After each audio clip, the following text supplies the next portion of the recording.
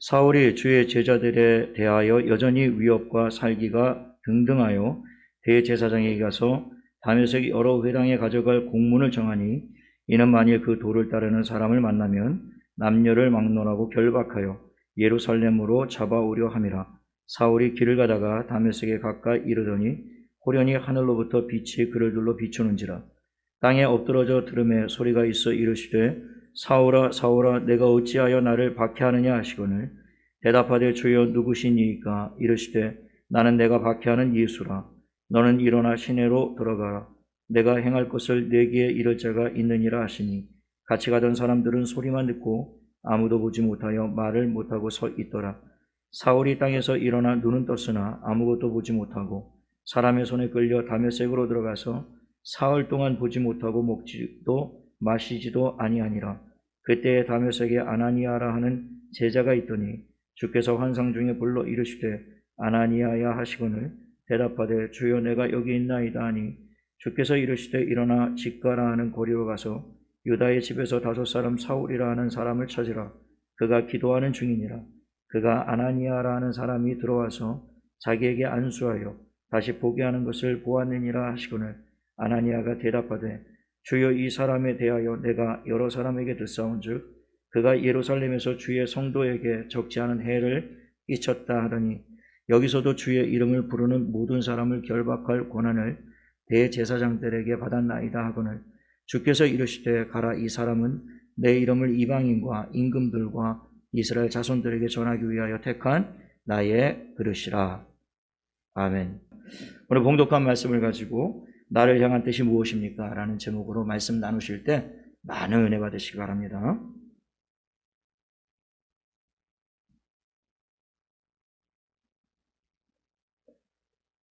안녕하세요. 네, 반갑습니다.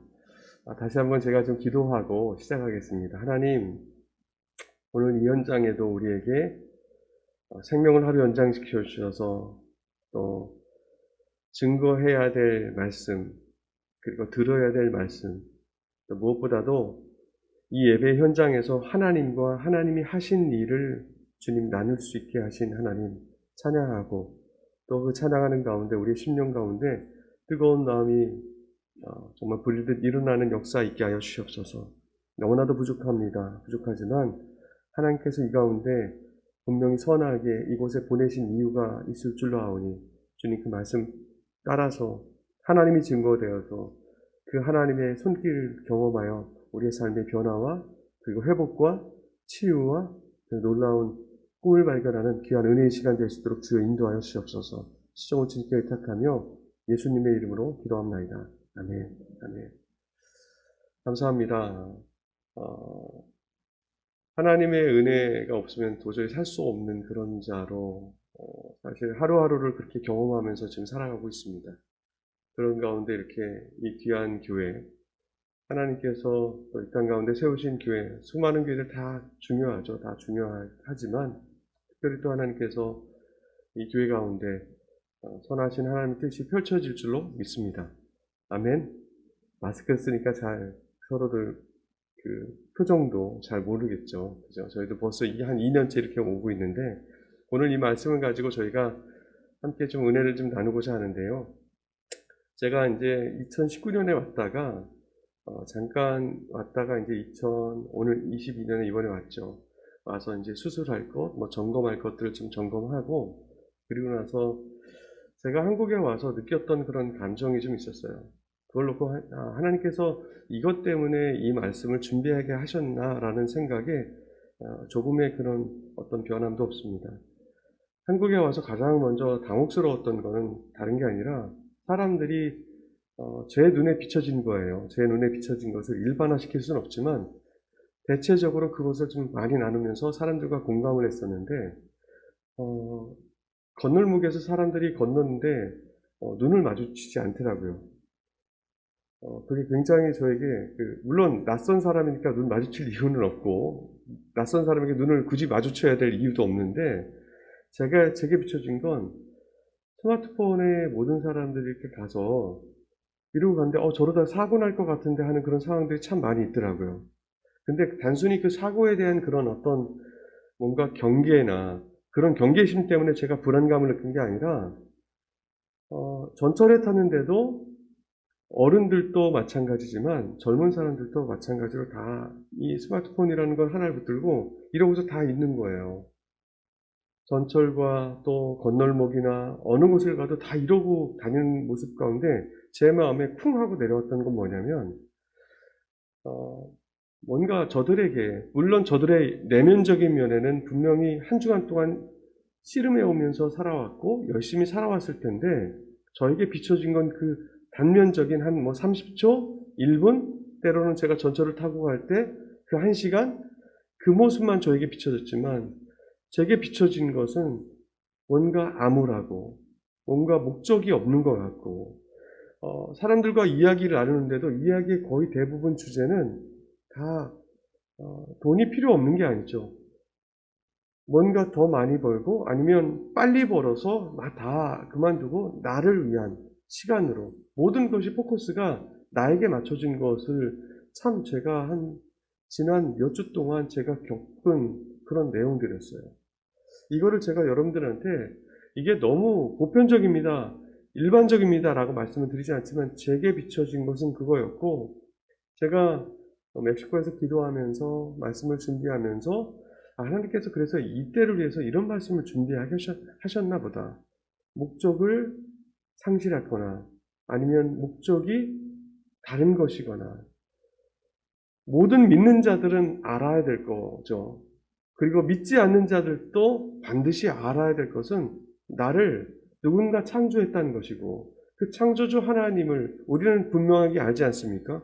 그 창조주 하나님을 알고 믿고 나면 우리의 인생의 목적이 바뀌어지고 삶의 방향성이 바뀌어지고 삶의 내용이 바뀌어지는 것 그것이 분명히 우리가 알아야 될 내용인데도 이상하게 그 부분에 대한 굉장히 어두운 면을 보게 돼서 더 기도가 나오고 그래서 오늘 이 사도 바울의 이 변화된 이 장면 우리가 성경 안에서 가장 많이 들었던 말씀일 것입니다. 가장 잘 아는 내용 요나가 물고기 뱃속에 들어갔다 나온 내용만큼 유명하고 또 예수님께서 십자가에 달린 것만큼 유명한 사건 중에 하나입니다. 근데 교회를 핍박했던 사울이 다메섹 도상에서 예수님을 만나고 나서 부활하신 예수님을 만나고서 그가 회심하고 거듭나고 자기의 존재와 하나님의 존재를 깨닫고 나서 그 사울이 예수님을 만나고 회심하자마자 가장 알고자 했던 것이 무엇이었을까? 그것을 오늘 본문을 통해서 저와 여러분들이 같이 나누기를 원합니다. 우리 다시 한번 1절, 2절 말씀을 우리 한번 좀 봤으면 좋겠습니다. 1절, 2절 같이 읽어볼까요?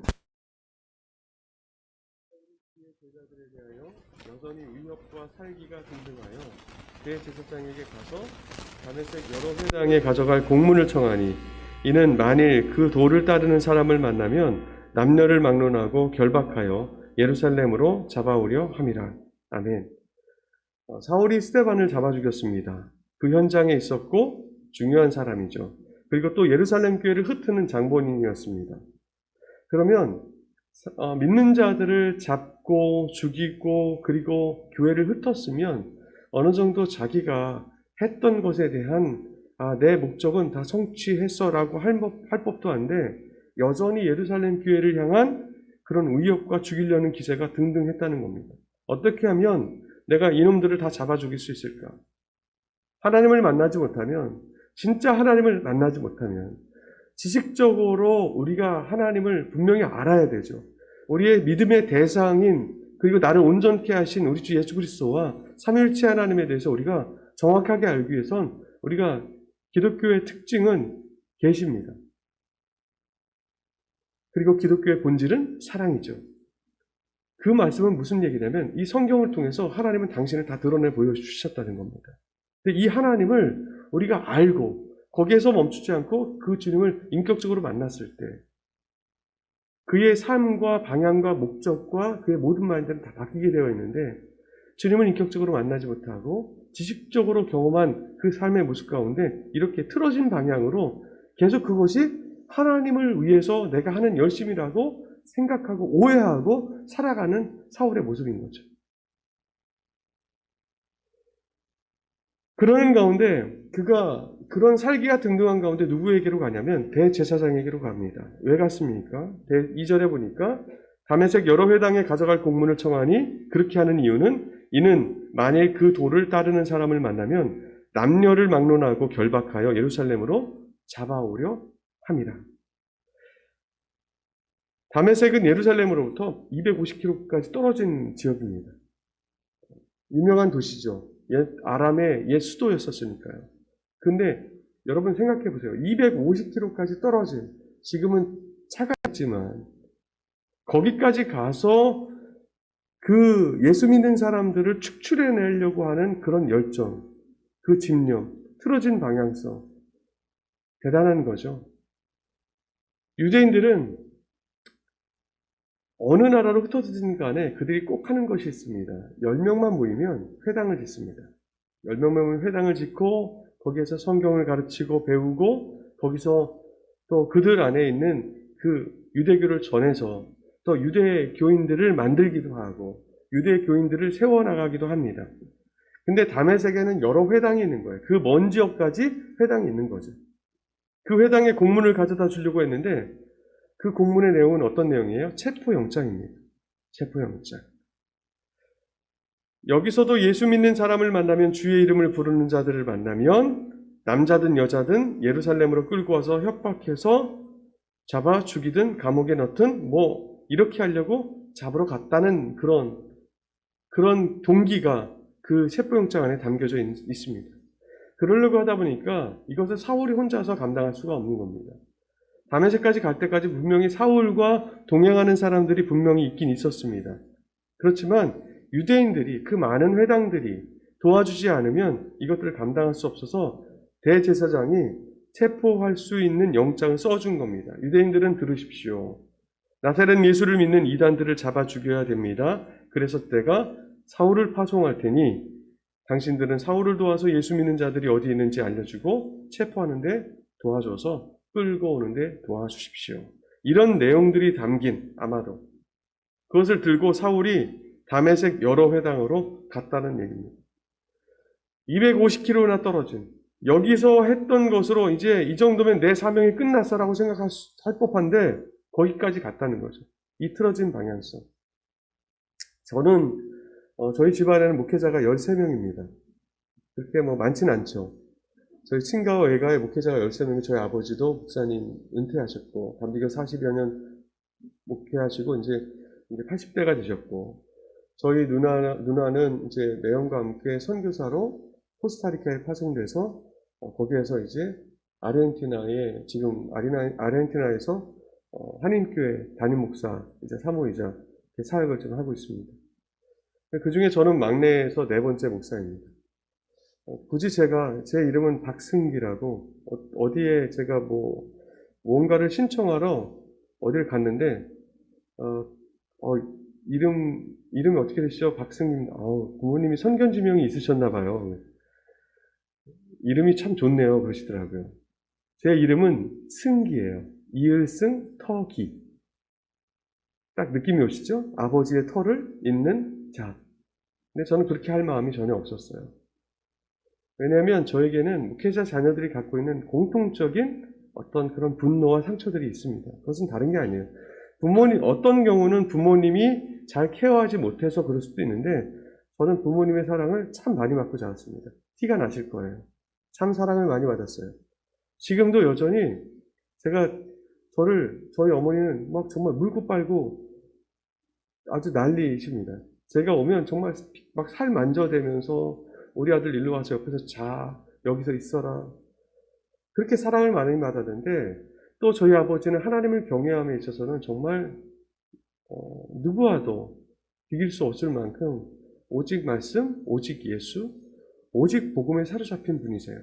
근데 그렇게 목회를 하시다 보니까 어떤 일들이 많이 있었냐면 바로 앞에 교회 앞에 술집이 있었는데 술집 사장님이 그 교회 때문에 저희 교회 때문에 장사가 안 된다고 저희 아버지를 오셔서 싸대기를 때린 거죠. 싸대기를. 근데 저희 아버지가 허허 웃으시는 거예요. 저는 정말 그때가 제가 초등학생 때였는데 저에게는 그 분노가 끝까지 차올랐어요. 바본가? 아버지는 바본가라는 생각이 들었고, 저 사람은 내가 죽이고 싶은 마음이 들었고, 이런 마음들이 참 많이 있었어요. 근데 그 다음날 그 술집 사장님이 오셔서 저희 아버지 앞에서 제가 학교 갔다 왔더니 무릎을 꿇고 울고 계시는 거예요. 너무 화가 나요. 그런데 주일날 그분이 교회에 나오셨어요. 그리고 그 다음 주에 술집 문을 닫으셨어요. 그리고 나서 그 다음에 신실한, 정말 그 누구보다도 충성된 사람으로 자랐는데 저는 기쁘지 않았어요. 그리고 한 번은 어떤 경우가 있었냐면 그 전에 계셨던 목사님이 아마 장로님 시켜주신다고 하고서 돈을 받으셨나 봐요. 모든 분들이 그런 건 아니에요. 오해하시면 안 돼요. 근데 그런 일이 있었는데 그분이 돈을 받고 먹튀하신 거죠. 근데 저희 아버지는 항상 그런 자리를 자원하셔서 가셨어요. 교회를 많이 옮기시지는 않으셨지만 참 어려운 그런 현장을 가셨어요. 순종하고 주님 말씀 붙들고 가셔서 그곳에 갔더니 그 부인분이 권사님이신데 이제 저희 감리교회에는 어쨌든 그런 여기도 비슷한가요? 직분이 저희 감리교회는 남자들도 권사님이 있어요. 여기는 없죠. 네. 어쨌든 그 부인분은 이제 권사님이시고 이제 장로 직분을 받아야 되는데 장로 직분을 안 준다고 남편 집사님이 경찰서장님이셨는데 그것 때문에 너무 화가 나서 이분이 수요예배 끝나고 나서 총을 들고 오셨어요. 저희 아버지를 죽이겠다고. 장로 지금 안 시키면 이번에 매년 마지막에 보면 총회가 있고 저희들은 당회가 있거든요. 그런 전체 모임인데 그때 가서 세우지 않으면 죽이겠다. 저희 아버지가 하나님을 경외하지 않는데 어떻게 장로를 세울 수가 있겠냐. 당신의 모습을 봐라. 그럼 나를 죽여라. 근데 하필이면 그런 안타까운 현장에 제가 꼭 있었다는 거예요. 그 옆에. 그리고 그 다음에 가서는 이제 칼을 들고 왔어요. 그 다음에 와서는 도끼를 들고 와서 저희 아버지 정수를 찍어 죽이겠다고 하셨어요. 참 충격적인 말들이죠. 충격적인 사람들이죠. 근데 그때마다 칼이 떨어지고 도끼가 떨어지고. 근데 저에겐 그게 하나님이 하셨습니다라는 것이 믿어지지 않는, 그냥 너무 화가 나는. 그리고 나서 더 화가 나는 건 그분들이 철저하게 회개하고 하나님 앞에 완전히 정말 겸손하게 정말 저희 부모님 품에 안겨서 펑펑 울면서 그때 돼서 저희 아버지가 장로를 세워드리려고 하니까 아닙니다. 저는 자격이 없습니다. 그런데 교인들도 펑펑 울면서 기쁨으로 장로님을 세워드리고 그리고 나서 세우자마자 바로 은퇴하셨어요. 왜냐면 연세가 있으셔서. 근데 그것조차도 교회 안에서 너무 기쁜 거예요. 그 남편 집사님은 그렇게 악했던 사람이 하나님 아버지의 품으시는 사랑을 경험하고 나니까 그의 심령도 다 녹아져서 그냥 어딜 가도 겸손하게 그런 사람이 아닌데 주님을 만나고 나니까 다 변화되더라는 거죠. 근데 문제는 저예요. 제 안에 칼이 생긴 거예요. 도저히 견딜 수 없는 이런 상황들을 보면서 견딜 수 없는 왜 하나님의 사람이라고 얘기하는 사람들은 예배를 그렇게 수없이도 드리고 성경을 그렇게도 많이 봐오고 그렇게 무슨 일천번제니 뭐는 헌금도 많이 하면서 하나님 앞에 그렇게 나가는데 왜 사람이 변화되지 않을까? 왜 사람이 저렇게 악할까? 저는 그때 저 사람은 분명히 죄를 졌기 때문에 죄인일 거야 라는 생각이었어요.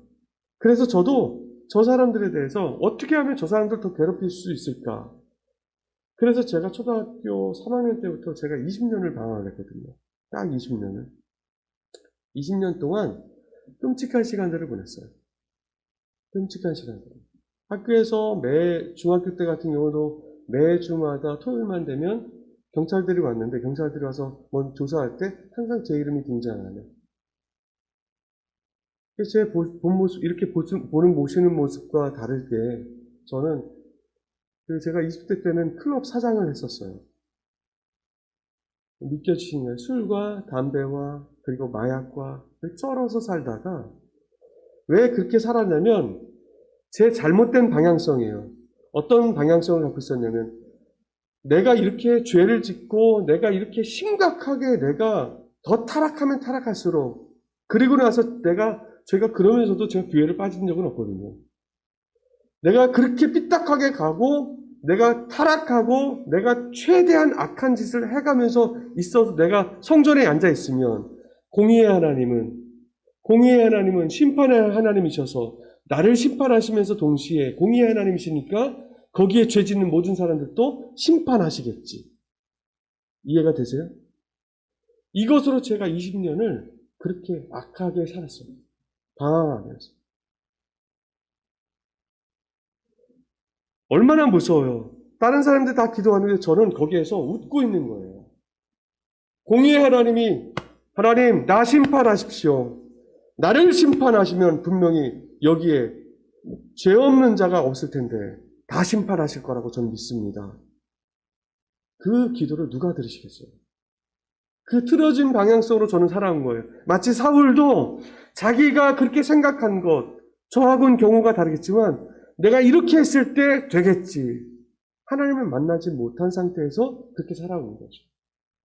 근데 하나님의 공의는 심판도 있지만 하나님의 공의의 목적은 심판이 먼저 목적이 아니라 오래 참으시고 사랑의 확증으로 공의 하나님이 계시더라고요. 아멘이세요? 그 하나님을 제가 경험한 거예요. 저는 말로 형용할 수 없어요.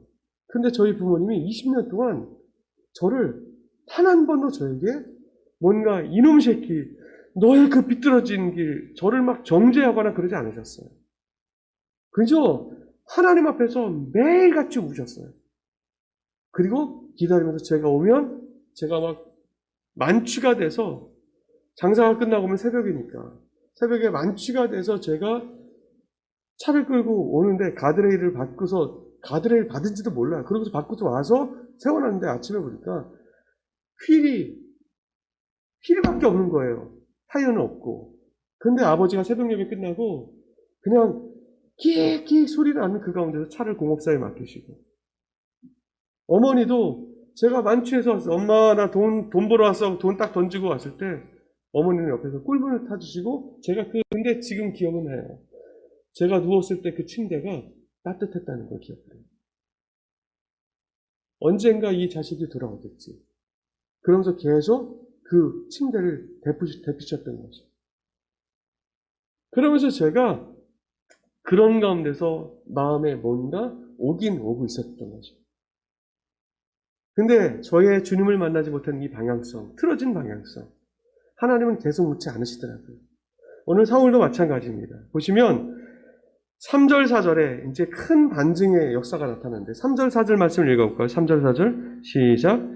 사울이 길을 가다가 다메섹에 가까이 이르더니 호련히 하늘로부터 빛이 그를 둘러 비추는지라. 땅에 엎드러져 들음에 소리가 있어 이르시되 사울아 사울아 내가 어찌하여 나를 박해하느냐 하시거늘. 다메섹에서부터 예루살렘까지 몇 킬로였냐면 250킬로라고 했어요. 성경에서 이야기할 때 하룻길, 사람이 하루를 갈 수 있는 그 하룻길이 100리인데 100리를 우리가 환산하면 40킬로입니다. 그러면 보통 한 6, 7일 정도를 가야 됩니다. 거의 다 왔어요.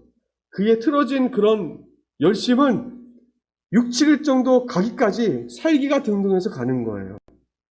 그 현장에 바로 코앞에 왔는데 근데 갑자기 하늘로부터 빛이 그를 둘러 비췄다고 했습니다. 사도행전 26장 13절에 보면요. 그때가 정오라고 했어요. 정오. 근데 정오인데 해보다 더 밝은 빛이 있더라. 여러분 정오의 햇빛보다 더 밝은 빛이 있을까? 우리의 생각, 일반적인 생각으로는 정오의 가장 맑은 날 그 햇빛보다 더 밝은 빛은 없습니다. 근데 유대인들의 사고에는, 그리고 믿는 우리들에게는 정오의 햇빛보다 더 밝은 빛이 있어요. 그 빛은 뭐냐면 하나님의 영광의 빛이에요. 성경이 그걸 말씀하고 있어요.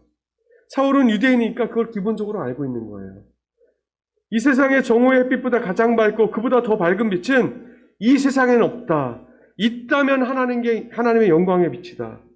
하나님께서 첫째 날을 지으실 때 빛을 지으셨는데 고린도후서 4장 6절에 보면 어두운 데에 빛이 비추라 말씀하셨던 그 하나님께서 예수 그리스도의 얼굴에 있는 하나님의 영광을 아는 빛을 우리 마음에 비추셨느니라 라고 해서 예수님은 하나님의 영광의 빛, 하나님이시라고 말씀하고 증언하고 있습니다.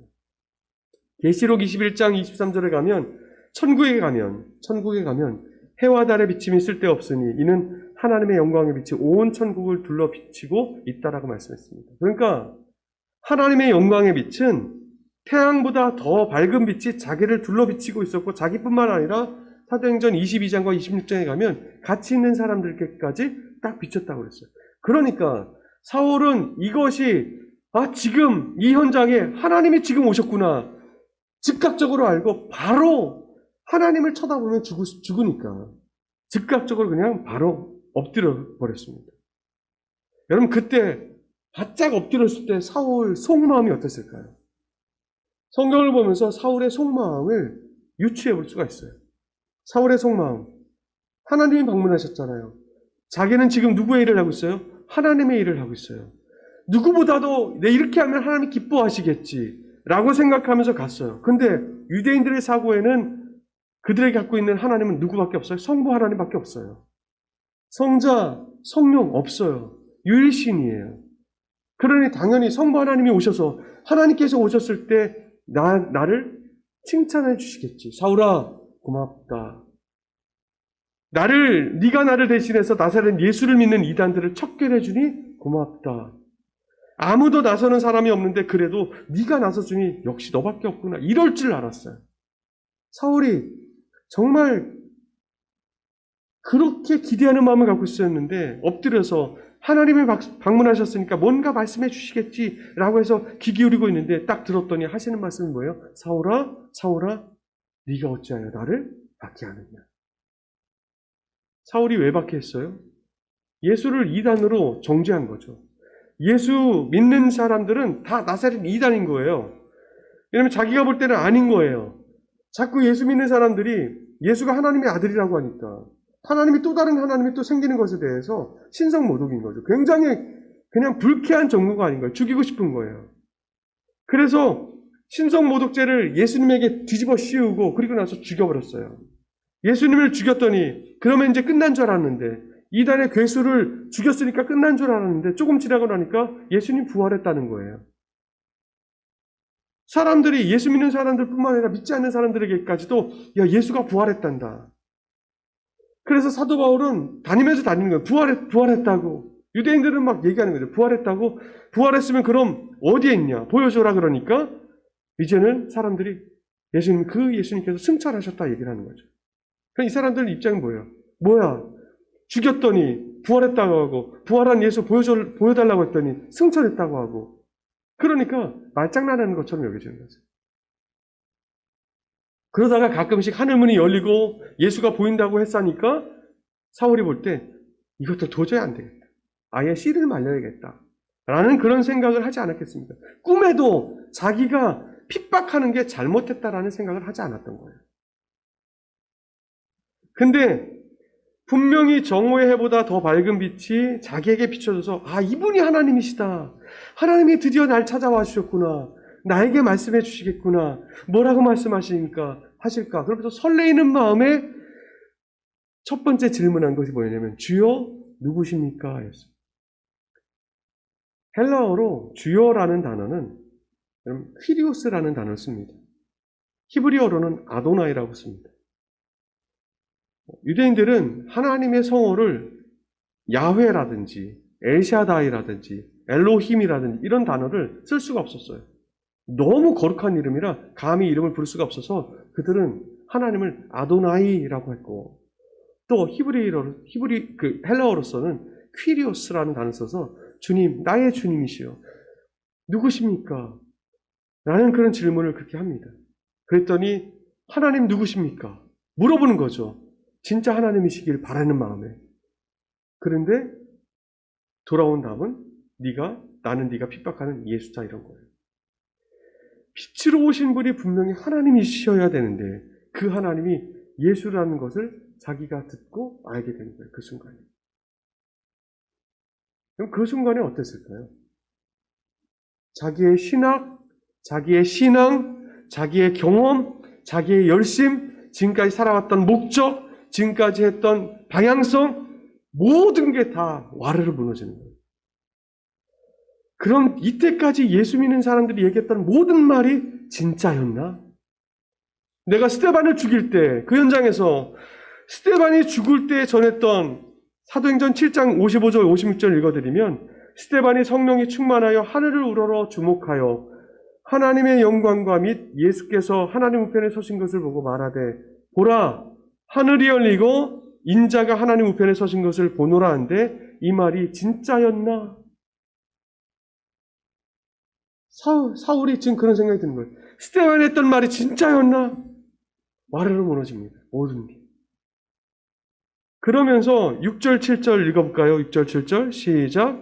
너는 일어나 시내로 들어가라. 네가 행할 것을 내게 이를 자가 있느니라 하시니 같이 가던 사람들은 소리만 듣고 아무도 보지 못하여 말을 못하고 서 있더라. 바울이 두 가지 질문을 던집니다. 하나님을 만났을 때, 주님을 만났을 때 던지는 첫 번째 질문, 주여 누구이십니까? 신앙생활하면서 가장 큰 문제가 뭘까? 목회를 하고 또 우리가 선교지에서 또 선교도 하고 하는 가운데서 가장 큰 문제가 뭘까? 왜 저 사람은 저럴 수밖에 없을까라고 생각했을 때 가장 큰 문제는 대상이 불명확하더라고요. 내가 믿는 주님에 대해서 대상이 정확하지가 않아요. 다른 말로 할까요? 하나님을 드러내 보이신 이 계시의 말씀 가운데 성경을 통해서 하나님이 어떤 분이신가가 발견되지 않았어요. 하나님이 어떤 분인지가 이게 틀어지니까 자기가 생각한 그런 관점과 자기가 누구에게 들은 그런 경험들을 가지고 내가 하나님을 만들어가고 있는 그런 작업들을 생각보다 많은 사람들이 하고 있더라는 거예요. 목회도 마찬가지더라고요. 하나님의 뜻과 상관없이도 잘할 수 있습니다. 하나님의 뜻과 상관없이도 부흥할 수도 있고 하나님의 뜻과 상관없이도 뭔가 할 수 있어요. 근데 그 열매는 하나님의 열매가 맺혀질까요? 아니더라고요. 육체의 일은 분명한 거예요. 성령의 일은 성령의 열매가 분명히 맺어지더라고요. 이런 가운데서 첫 번째 대상에 대한 질문, 주님 누구십니까? 주님 누구십니까? 그 다음에 지금 여기는 나오지 않지만 사도행전 22장에 가보면요. 사도 바울이 질문한 것이 나와요. 주님은 누구십니까? 라고 해서 나는 네가 핍박하는 예수다. 아, 내가 믿어야 될 분은 예수 그리스도구나. 내가 믿는 분은 그냥 유일신 하나가 아니라 삼일체 하나님 맞구나. 이것을 사울이 딱 확인하자마자 그 다음에 그가 던진 질문은 뭐였냐면 주님, 제가 무엇을 해야 되겠습니까? 인생의 목적이죠. 삶의 방향이죠. 내가 뭘 해야 돼? 하나님이 나에게 어떤 그런 꿈을 꾸게 하셨을까? 그랬더니 거기에 대한 대답으로 하나님이 하신 말씀이 일어나 시내로 들어가라. 네가 행할 것을 내게 이를 자가 있느니라.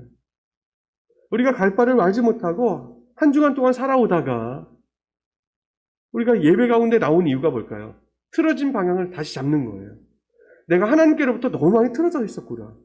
하나님을 목적으로 하지 않았구나. 그래서 예배 자리 가운데 와서 우리가 끊임없이 그것을 조종하는 거예요. 이 귀한 자리죠. 생명의 자리죠. 이 자리를 목숨처럼 지키지 않으면 우리의 방향은 조금씩 틀어지는 것 같지만 결과적으로 많이 틀어진 상황에서 많은 시간들을 허비할 수가 있어요. 사울이 그런 거죠. 그런 가운데 하나님이 아나니아라는 사람에게 그 제자에게 보내는데 아나니아는 뭐 속이 편합니까? 아나니아가 사울을 몰라요. 사울이 어떻게 한 짓을 다 안단 말이에요. 불편해요. 근데 아나니아는 하나님을 먼저 경험했잖아요. 그 경험한 하나님께서 아나니아가 하나님, 이 사울이 예전에 어떻게 한 짓을 다 알지 않습니까? 라고 했을 때 아나니아에게 한마디를 딱 하시죠. 가라. 15절에 가면 주께서 이르시되 가라. 이 사람은 내 이름을 이방인과 임금들과 이스라엘 자손들에게 전하기 위하여 택한 나의 그릇이라. 그러니까 아나니아가 거기에 바로 순종해서 갑니다. 주님을 만난 사람은 자기 생각이 있고 자기 경험이 있다 할지라도 주님을 딱 만나고 나면 그다음부터 그 경험보다 자기 생각보다 더 중요한 건 하나님의 뜻이거든요. 그것에 그냥 순종해서 가서, 그러니까 아나니아를 하나님께서 만나게 하시고 그 만남 가운데서 그가 해야 될 일들을 가르쳐 주시는 거예요. 네가 해야 할 일. 사실 이 부분은 예전에 개역 한글판이 훨씬 더 좀 다가오는 말씀인 것 같아요. 개역 한글판에서는 뭐라고 되어 있냐면 정한 바 너의 행할 길을 누군가 이를 자가 있을 것이다. 정한 바. 정해졌다라는 뜻이에요. 정해진, 결정된 이라는 뜻을 갖고 있는데 이 말은 무슨 얘기냐면 우리가 이 땅에 태어날 때 이 땅에 태어나자마자 나를 향한 하나님의 계획이 있구나. 저에게 기도 제목이 있어요. 저에게 기도 제목은 뭐냐면 하나님, 우리 아이들이 저보다 훨씬 빨리 하나님을 인격적으로 만나게 해주십시오. 그래서 그 아이들이 하나님 인격적으로 빨리 만나서 하나님의 뜻을 알고 그 뜻대로 살아가는 그 삶의 그 영광스러움을 그 아이들이 발견할 수 있도록 주님 인도해 주십시오. 이것이 저의 주님을 만나고 난 이후에 저의 기도 제목입니다. 사울은 이렇게 바뀐 거예요. 내가 지금 세운 이런 계획과 이런 상황들이 지금까지는 주님을 몰랐을 때는 내 계획대로 갔지만 주님을 딱 만나고 나니까 나를 향한 계획이 있으셨구나. 그 계획대로 그는 살아가는 거예요. 안디옥 교회가 비록 큰 교회라 할지라도 성령께서 그를 이제 선교 여행을 떠나게 하시게 한다면, 교회들을 세우는 그 일들을 보내게 하신다고 한다면 사울은 주저함 없이 가는 거예요. 주님을 만나고 난 이후에. 저도 이제 주님을 만난 이후에 그렇게 20년 동안 끔찍한 방황 생활을 하고, 그리고 신학을 하면서도 참 부끄럽지만, 그리고 목사님을 만났을 때도 전 부끄럽지만 참 제 즐거운 기호 생활은 다 하고 있었어요. 다만 만났을 때는 거룩한 척. 그렇죠? 왜냐면 목사님 굉장히 신실하셨거든요. 그때도 신실하셨고 지금도 더 신실하시고. 아니에요? 그때 참 저에게 있어서 송성 목사님은 뭐랄까요, 되게 저하고 격차가 좀 많이 느껴져요. 지금도 여전히 참 존경합니다. 근데 그때는 저도 그거를 끊지 못하고 제 기호식품들 다 끊지 못하고 그러고 있었던 때였어요. 그러던 중에 갑자기 제가 식물인간이 됐어요. 갑자기 그냥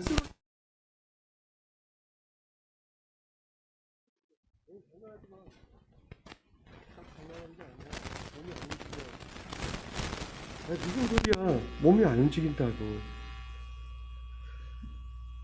말과 보는 것, 냄새 맡는 것, 듣는 것 빼고는 모든 게 다 멈춰버렸어요. 하루가 지나고 이틀이 지나고 계속 날이 가고 있는데 이게 바뀌지 않는 거예요. 근데 친구들이 긴장을 하니까 기도를 해주는 거예요. 근데 그게 너무나도 싫은 거예요. 갑자기 터져나온 또 분노 때문에. 하나님이 나한테 어떻게 이렇게 하실 수가 있지?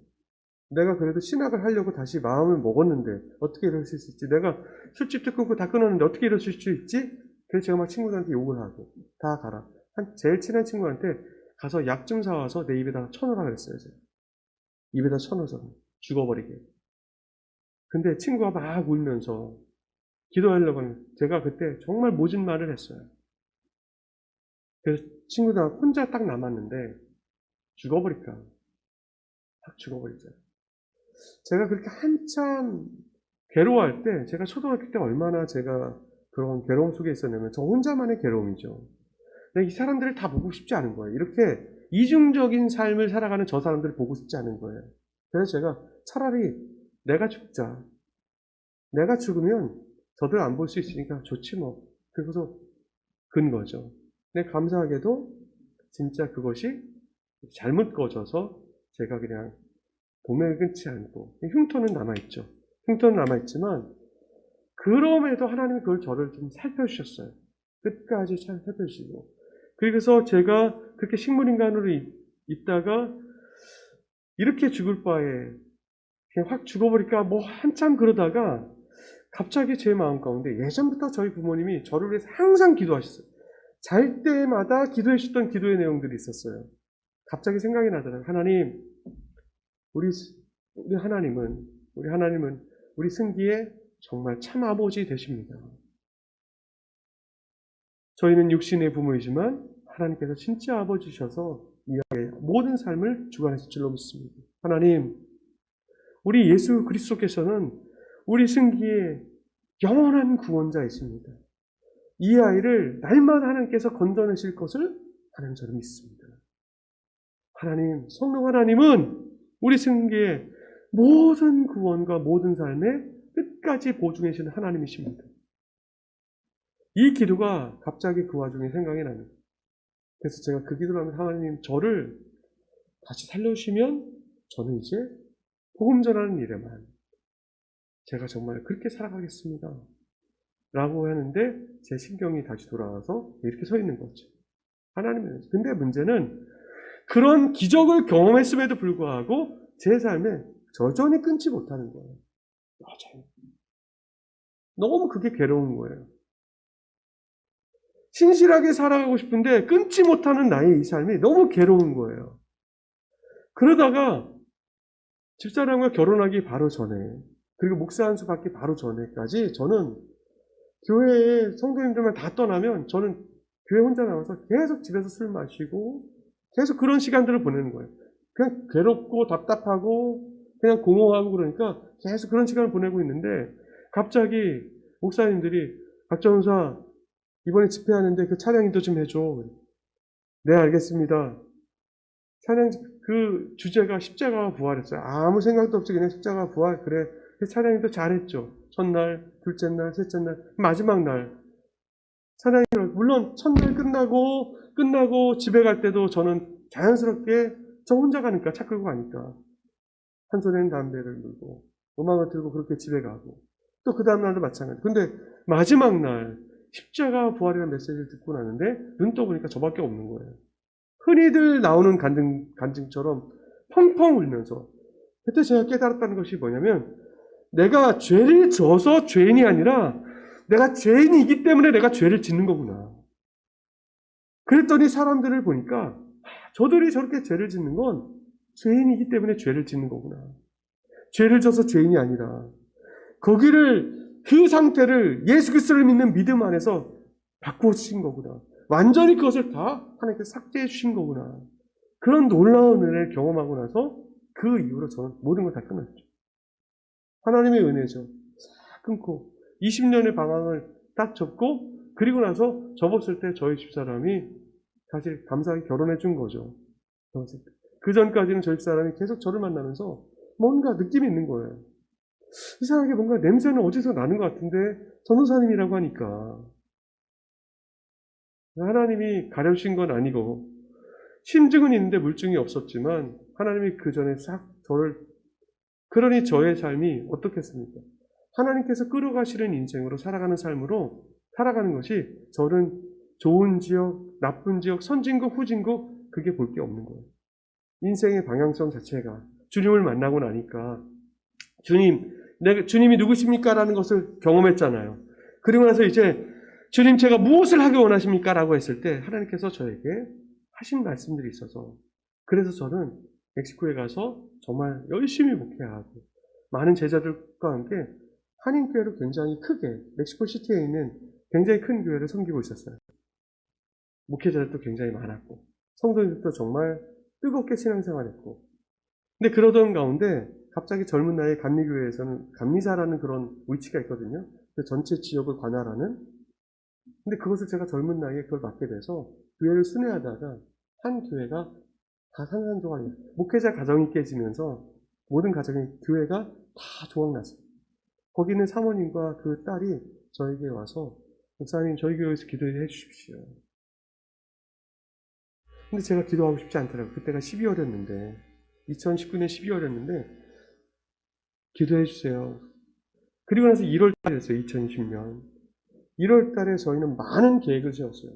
지금까지 선교하는 같이 동역하는 현지 교회들만 해도 10몇 개의 교회가 같이 정말 너무나도 멋지게 사역을 하고 있었는데 갑자기 1월 첫 주에 사모님이 목사님 언제 멕시코시티에 비행기 타고 목사님 한국 들어가기 전에 인사드리고 가겠습니다.